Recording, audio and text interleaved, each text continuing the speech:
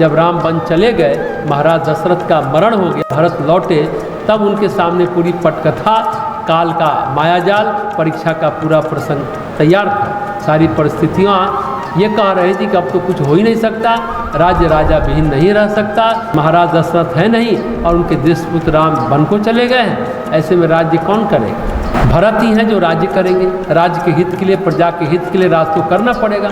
अब जो हो गया सो हो गया। अयोध्या का चक्रवर्ती साम्राज्य जो राम को मिलने वाला था, वो भरत की बाट जोड़ने लगा, भरत का रास्ता देखने लगा। कैकेयी ने भरत से पूछा कि हमारे मायकों में सब कुशल तो है? अंदर से ऐसी प्रसन्न है जैसे कोई किरातनी जंगल में आग लगाई हो और देखकर खूब खुश हो रही हो।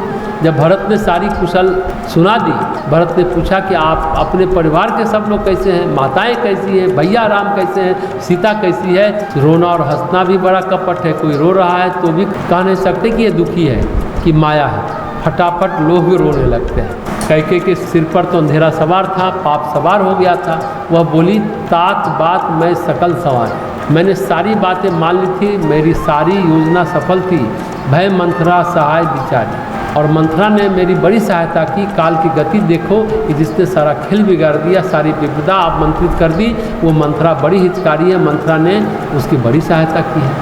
कछुक काज विधि बीच बिगाड़ेऊ, कुछ बीच में थोड़ा सा काम बिगड़ गया, भूपति सुरपति पूर्व पगु धारेऊ, राजा स्वर्ग चले गए, महाराज दशरथ अब रहे नहीं। जब भरत को पता चला कि पिता है ही नहीं तो उनको बड़ा दुख हुआ, लेकिन अभी तो असली खबर बाकी थी।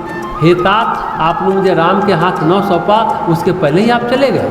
क्या हुआ था? कौन बीमारी हुई थी पिताजी को जो पिताजी नहीं रहे? जैसे घाव को पोंछकर उस पर जहर लगा दिया जाए जिससे और फैले जहर। और कैकेयी ने बड़े प्रसन्न भाव से अपनी कहानी सुनाई कि हमने क्या क्या किया, कैसे कैसे हमें सफलता मिली, कैसे कैसे योजना बुनी, राम वन चले गए। यह सुनकर तो पिता दशरथ मरे, वो ये भूल ही गए और उसका कारण हम हैं, स्वयं भरत है। उन्हें राज्याभिषेक दिलाने के लिए घटना घटी, इतना घोर कलंक, अपयश और काल का कुचक्र सिंहासन, ऐसी आपदा जैसे कोई जल गया हो, उस पर नमक लगाया जाए, घाव पर नमक बहुत दर्द देता है, जल जाए तो उस पर पानी डाला जाता है, नमक लगाने से तो वह और जलता है।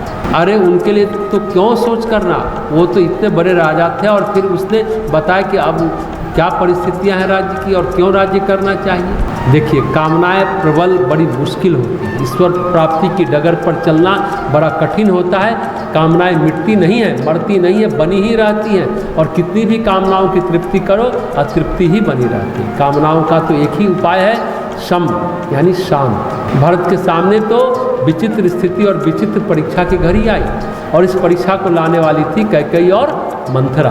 कामनाएं अपने प्रबल वेग में थी, भरत के अंदर कितना शम है इसकी परीक्षा थी। कामनाएं कभी तृप्त नहीं होती, इसलिए तुलसीदास जी कहते हैं कामनाओं की जो आग है, अगर उसमें विषय भोग का घी डाला जाए तो कभी तृप्ति होती है क्या? आग में घी डालने से आग और भड़कती है, आग बुझती नहीं है, उसमें तो जल डालना चाहिए। काम की अग्नि में शम ही जल होता है। शम आपके पास कितना है इसकी परीक्षा। भरत को चाहत नहीं थी कि उन्हें राज्य मिले, भरत की चाहत थी कि वो बड़े भैया राम की सेवा करें, लेकिन परिस्थितियाँ कैकेयी और मंथरा ने रच दी और पीछे सहयोगी बनी देव माया। अब यह था कि उनमें कितना शमन है, कितनी शांति है। भरत ने राज्य स्वीकार नहीं किया, उन्होंने कहा कि परिस्थितियाँ कुछ भी हों, लेकिन साधक वही है, साधना वही है जो परिस्थितियों की दासता स्वीकार नहीं करती।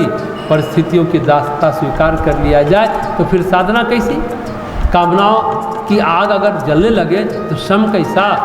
कई घटनाएं हैं पुराण कथाओं में, अच्छी अच्छी कथाएं हैं। एक कथा है चंद्रवंशी महाराज ययाति की कथा।